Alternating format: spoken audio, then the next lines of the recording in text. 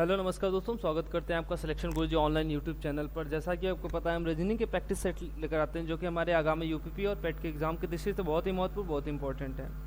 आशा करते हैं आप लोग स्वस्थ होंगे, आपकी तैयारी बहुत अच्छी चल रही होगी और आप फुल मोटिवेशन के साथ तैयारी में लगे होंगे। हम रीजनिंग के क्वेश्चंस लेकर आते हैं जो कि हमारे केवल यूपीपी और पेट के नहीं बल्कि 10+2 के सारे एग्जाम की दृष्टि से बहुत ही महत्वपूर्ण, बहुत ही उपयोगी हो सकते हैं। आप चाहे किसी भी एग्ज़ाम की तैयारी कर रहे हो, आपके लिए हमारे रीजनिंग के हमारे प्रैक्टिस सेट आपके लिए लाभदायी हो सकते हैं। तो जो भी नए हैं, जो भी कैंडिडेट है, वो एक बार ज़रूर हमारे चैनल पे एक बार प्रिपरेशन करके ज़रूर देखें। बाकी आज के क्वेश्चंस की बात करें तो आज के क्वेश्चंस जो है कोशिश किए गए हैं अधिक से अधिक वेरिएशन रखने का क्वेश्चंस में, और अबाउट 15 क्वेश्चंस रखे जाते हैं जो कि अभी 10 के क्वेश्चंस होते हैं, जो अभी पूछे जाते हैं, अभी हाल के कोई एग्जाम्स में आए हुए क्वेश्चंस होते हैं। बाकी चलते हैं अपने क्वेश्चन की तरफ। आज का पहला क्वेश्चन स्टार्ट करते हैं।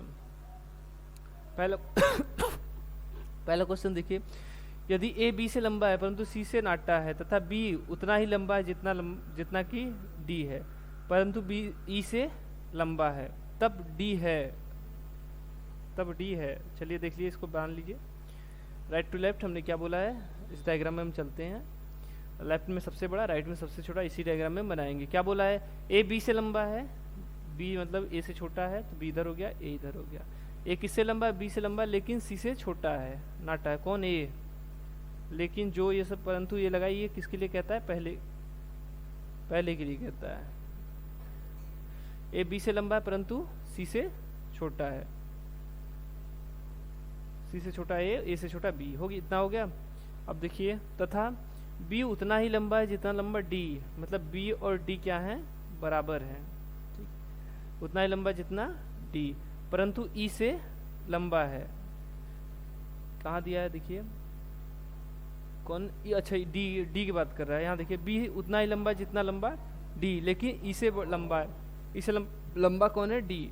ठीक है, तो डी कहाँ हो जाएगा, इधर सॉरी इधर कौन है, ई होगा, ये डी नहीं होगा, ई होगा, ये ई हो गया। ठीक, ये दोनों एक ही स्थान पे हैं। अगर प्लेस दें तो पहला, दूसरा, तीसरा और चौथा। ठीक है, चौथे स्थान पे कॉमन रूप से हैं बी और डी। अब पूछा है तब डी है, डी के बारे में पूछा है कि डी कहाँ, डी का प्लेस पूछ रहा है। तो सी से लंबा, जी नहीं, सी से छोटा है। बी से नाटा, बी के बराबर है, ये भी गलत है। ए से नाटा, ए से छोटा, मतलब ए से छोटा, देखिए ए से छोटा है ना, ए से छोटा है, ऑप्शन नंबर ये सही है। और चौथा ऑप्शन देख लीजिए क्या है, उतना ही लंबा जितना कि ए है, जी नहीं, उतना ही लंबा जितना कि बी दिया होता तो हो सकता था। ठीक, समझ आ गया। अगला क्वेश्चन देखिए, इजी क्वेश्चन था। अगला क्वेश्चन हमारा देखिए ब्लड रिलेशन से। अगला क्वेश्चन देखिए हमारा कोडिंग डिकोडिंग से। अगर रोज को टी क्यू यू जी के रूप में लिखा जाता है तो सी कोड भाषा में बिस्किट को क्या लिखा जाएगा। रोज को क्या लिखा है, टी क्यू यू जी लिखा जाता है, तो पूछ रहा है कि बिस्किट को क्या लिखा जाएगा। चलिए देखिए क्या किया है, चलिए इसको देख लेते हैं। आर से देखिए टी हुआ, आर का 18 होता है और ये 20 हो गया, मतलब 2 बढ़ गया।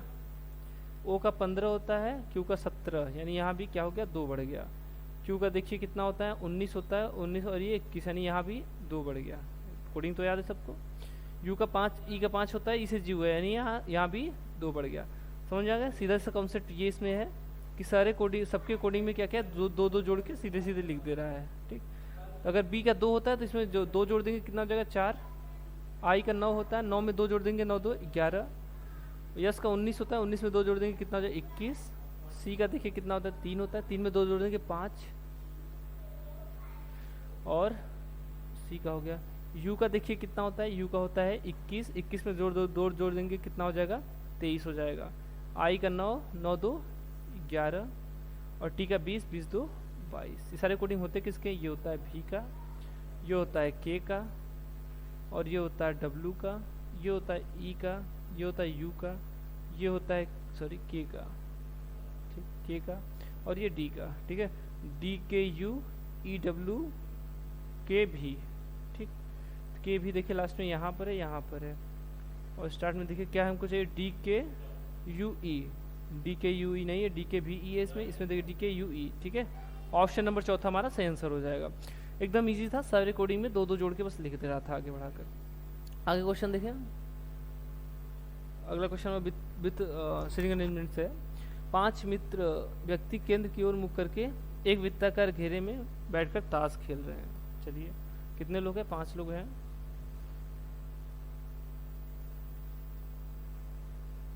पांच लोग हो गए, ठीक है। ये वृत्ताकार मेज हो गया। चलिए मुकुंद राजेश के बाईं ओर है। मुकुंद कहाँ है? राजेश के बाईं ओर है।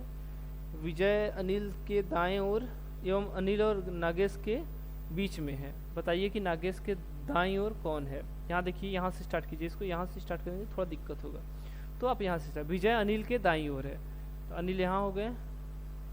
इसके दाहिनी तरफ कौन है? विजय है, ठीक है, विजय है। अच्छा, सब आदमी पुरुष ही है तो कोई मतलब नहीं है।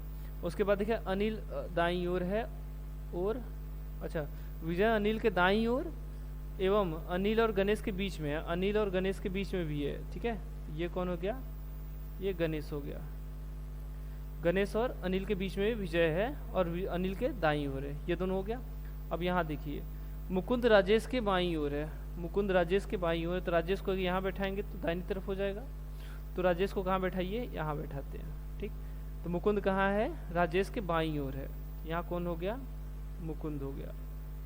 अब हमसे पूछा क्या है? नागेश के दाईं ओर कौन है? नागेश, अच्छा ये नागेश था, गणेश नहीं था, ये नागेश था। ये नागेश है। क्या बोला है? नागेश के दाहिनी तरफ कौन है? तो इसका दाहिनी तरफ कौन होगा? इस साइड होगा। तो ये इधर होगा, केंद्र की तरफ मुंह है, तो इसके दाहिनी तरफ कौन हो जाएगा? मुकुंद हो जाएगा। ऑप्शन नंबर ए, ठीक। बाईं तरफ पूछता तो कौन होता? विजय होता। आगे देखिए, एक व्यक्ति तीन बार दाहिनी दिशा मुड़ता है। अभी उसका मुंह उत्तर दिशा में है, तो उसकी प्रारंभिक दिशा क्या होगी? ठीक, ये इजी क्वेश्चन है आपके लिए, होमवर्क है, इसको कमेंट कीजिएगा, ठीक है। चलिए अगला क्वेश्चन देख रहे हैं। A P X S R और Z, A P X S R और जेड एक पंक्ति में बैठे हैं। बीच में यस और जेड कितने लोग हैं? 6 लोग हैं। चलिए साइड में कर लेते हैं इसको। कितने हैं? 6 लोग हैं। 1 2 3 4 5 6 लोग हो गए। क्या बोल रहा है? बीच में यस और जेड है। चलिए ये दोनों स्थान क्या हो गया? रिजर्व हो गया। किसके लिए? यस और जेड के लिए। ये रिप्लेस कर सकते हैं, ठीक है। जेड की जगह यस और यस की जगह जेड हो सकते हैं। अभी के लिए कुछ क्लियर नहीं बोला है, लेकिन ये स्थान फिक्स हो गया इनके लिए। ए और पी साइड में है। ए और पी साइड में, या तो यहाँ ए बाई पी कर लेते हैं और यहाँ पी बाई ए कर लेते हैं, ठीक। आर ए के बाईं ओर है। अगर इधर ए को यहाँ बैठाते हैं तो ए के बाईं ओर खत्म, एंड है, ठीक। यानी ए कहाँ बैठेगा? यहाँ बैठेगा, ठीक। तो आर कहाँ है? ए के बाईं ओर है, तो यहाँ कौन हो गया? आर हो गया। तो यहाँ कौन हो जाएगा? तब एक बचा पी, और कौन? यहाँ यस और जेड हो चुके हैं, यानी एक स्थान और बचा। यहाँ पर कौन बैठेगा? यहाँ पर एक्स हो जाएगा, ठीक। अब पूछा है पी के दाईं ओर कौन बैठा है? पी कहाँ है? अच्छा पी यहाँ है। पी के दाहिनी ओर देखिए कौन बैठा है? एक्स बैठा हुआ है, ठीक है। एक्स ही बचा है अंतिम में, तो उसी को बैठा देंगे। तो कौन सा हो जाएगा? इसका ऑप्शन नंबर बी हमारा सही आंसर हो जाएगा। पी के दाहिनी तरफ कौन बैठा है? एक्स बैठा है। और बीच में दोनों का स्थान करें तो दोनों का स्थान में क्लियर नहीं है, या में दोनों आंसर हो सकते हैं। चलिए अगला क्वेश्चन देखिए। गलत संख्या का पता लगाइए। संख्या देखिए सीरीज दिया हुआ है 4 10 22 46 96 190 382। इसमें क्या गलत है यही पूछा है। इसका देखिए क्या है? 4 दूना 8 2 10 10 दूना 20 20 2 22, ठीक। 2 से गुणा करके 2 जोड़ रहा है, या तो 1 का गुणा करके 1 जोड़ के 2 से गुणा करते चले जाइए, दोनों तरफ से हो सकता है। यहाँ बढ़िया है, 2 से गुणा करके 2 जोड़ दीजिए। 4 दूना 8 2 10 10 दूना 20 2 22 22 दूना 40 40 2 22 दूना 44 44 2 46 46 दूना 92, सॉरी 46 दूना 92 92 2 94, लेकिन यहाँ क्या दे दिया? 96 दिया है। तो क्या है हमारा? ये गलत हो जाएगा, ठीक है। ये यहाँ 94 हो जाएगा, ठीक है, सॉरी 94 हो जाएगा। यहाँ 94 आएगा, क्योंकि इसके बाद देखिए 94 का दुगना करेंगे तो कितना हो जाएगा? 188 आएगा। इसमें 2 जोड़ देंगे 190, ठीक। आगे 190 आया हुआ है। 190 का दुगना करेंगे 380 हो जाएगा। 380 में 2 जोड़ देंगे तो 382। ये सही है। गलत क्या है हमारा? ऑप्शन नंबर सी है। 96 की जगह क्या रहना चाहिए? 94 रहना चाहिए था, ठीक। आगे देखिए अगला क्वेश्चन हमारा ब्लड रिलेशन से फिर से क्वेश्चन मिल गया। राजू की ओर इशारा करती हुए सीमा कहती है, मैं उसके दादा के इकलौते बेटे की बेटी हूँ। ठीक, क्या बोल रही है सीमा? बोल रही है क्या कि राजू की तरफ से, कि राजू क्या बोल रहे हैं कि मैं उसके दादा, यानी इसको यहाँ इसको छोड़ दे तब देखिए, उसके दादा के इकलौते बेटे की बेटी हूँ। तो किसके दादा की? यहाँ राजू हो गया, ठीक है। इसके पिता मान लेते हैं कोई यफ होंगे, और इसके दादा कौन हो जाएंगे? यक्स मान लेते हैं। ठीक, अब क्या बोल रही है देखिए कि वो राजू के दादा यानी यक्स के इकलौते पुत्र, यानी इसके यफ हैं जो ये हो गए की बेटी है, यानी ये इनकी बेटी है। कौन? सीमा। ठीक, सीमा। तो देखिए इनके इसका राजू क्या है? यफ का बेटा है, और ये कह रही है कि हम उसकी बेटी हैं। तो ये दोनों में संबंध क्या हो जाएगा? ये दोनों भाई बहन होंगे। ठीक है, इन दोनों में क्या संबंध होगा? भाई बहन। क्या पूछा है? सीमा राजू से किस प्रकार संबंधित है? राजू की क्या है? बहन है। ठीक है, सीमा बहन है। अगर पूछे राजू तो राजू क्या है? भाई है उसका। चलिए अगला क्वेश्चन देखते हैं, आज का नेक्स्ट क्वेश्चन देखते हैं।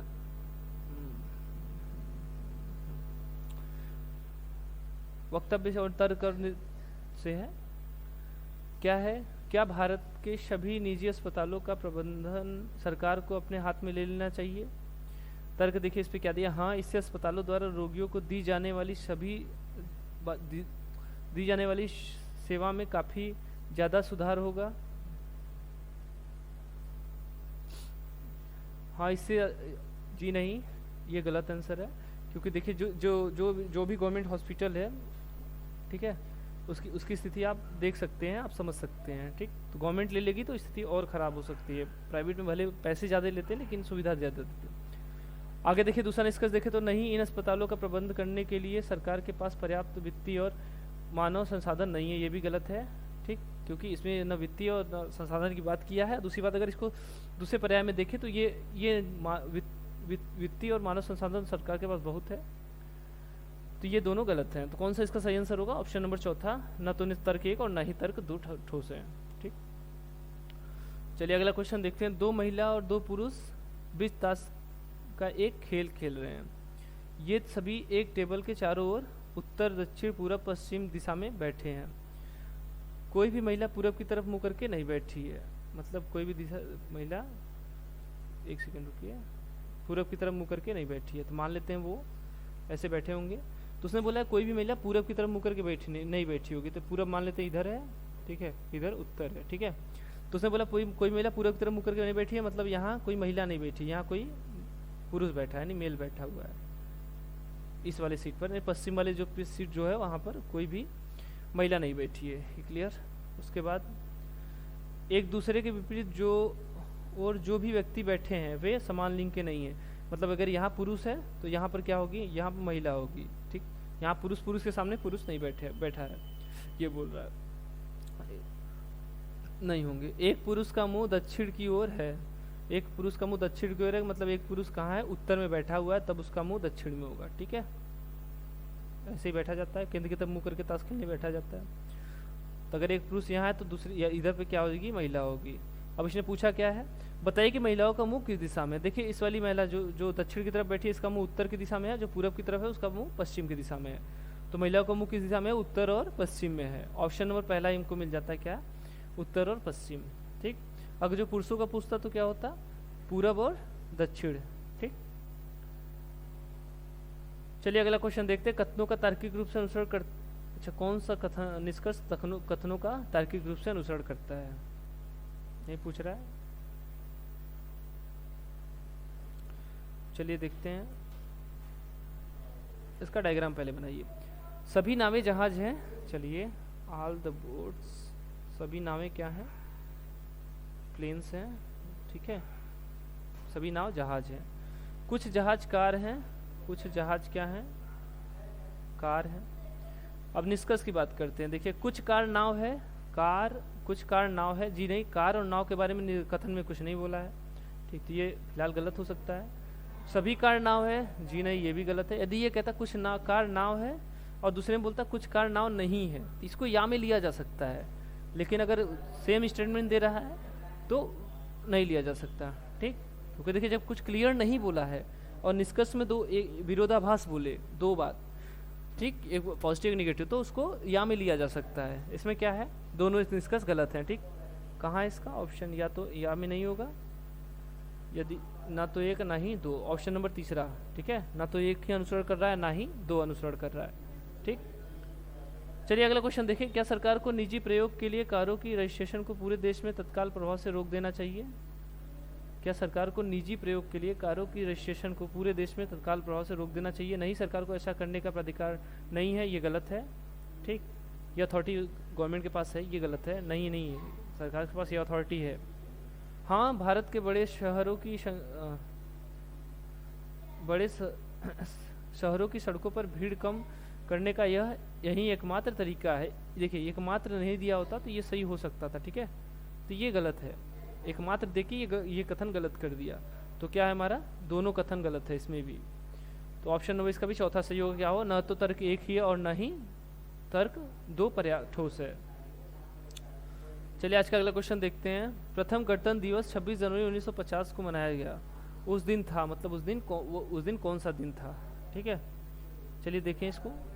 प्रथम गणतंत्र दिवस 26 जनवरी, मतलब सीधे सीधे बोला 26 जनवरी 1950 को कौन सा दिन पड़ेगा।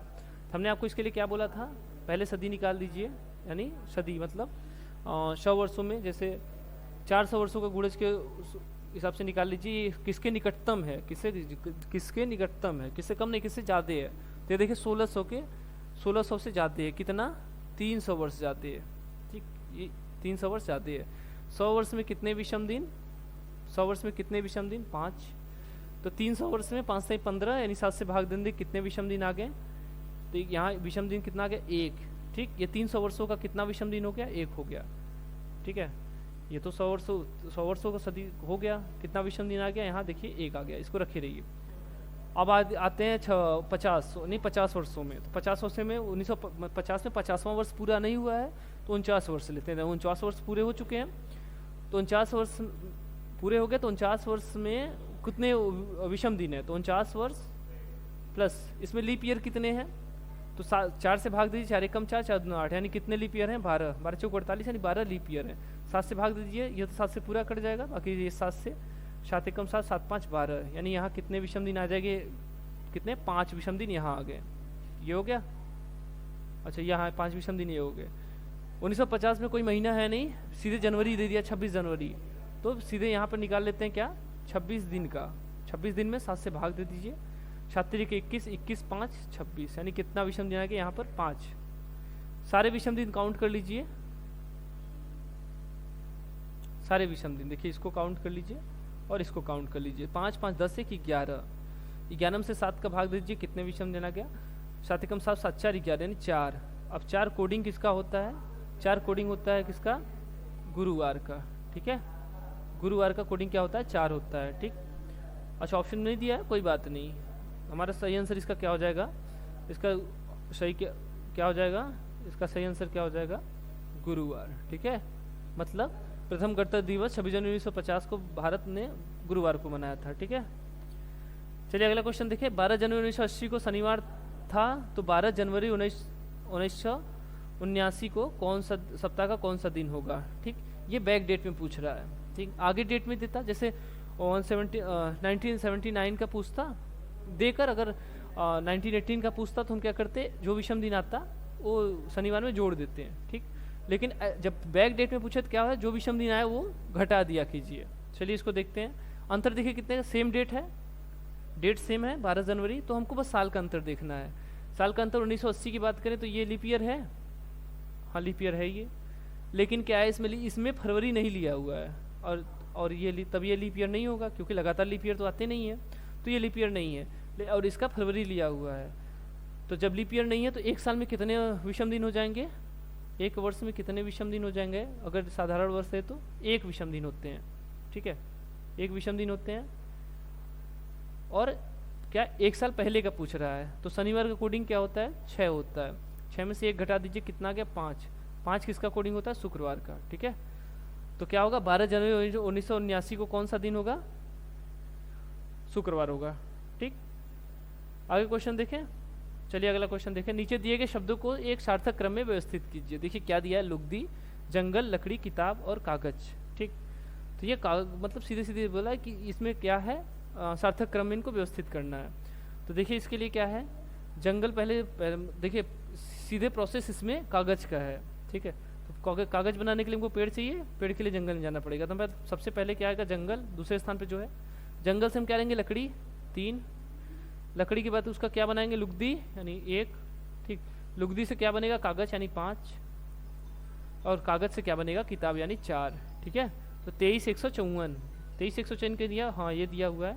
यदि ना दे तो इसको सीधा उल्टा कर दीजिए, 4, 5, 1, 3 और 2, ये भी सार्थक क्रम ही है, ठीक है। ये भी सार्थक क्रम ही है, 45,132 ये भी सार्थक क्रम ही है, ठीक। चलिए आज के लिए इतना ही। आई होप आप लोग सेशन को बहुत बेहतरीन तरीके से एंजॉय किए होंगे। जितना हम अपने तरफ से समझाने का प्रयास किया, आप लोग बहुत बेहतरीन समझ में आया होगा। और अगर वीडियो अच्छा लगा है, चीज़ें समझ में आई हो, वीडियो को लाइक कर दीजिए। अगर चैनल पे नए, चैनल को सब्सक्राइब कर लीजिए। बाकी अगले सेशन में फिर मिलेंगे बेहतरीन क्वेश्चन लेकर बेहतरीन सेशन में। तब तक के लिए नमस्कार, जय हिंद, जय भारत।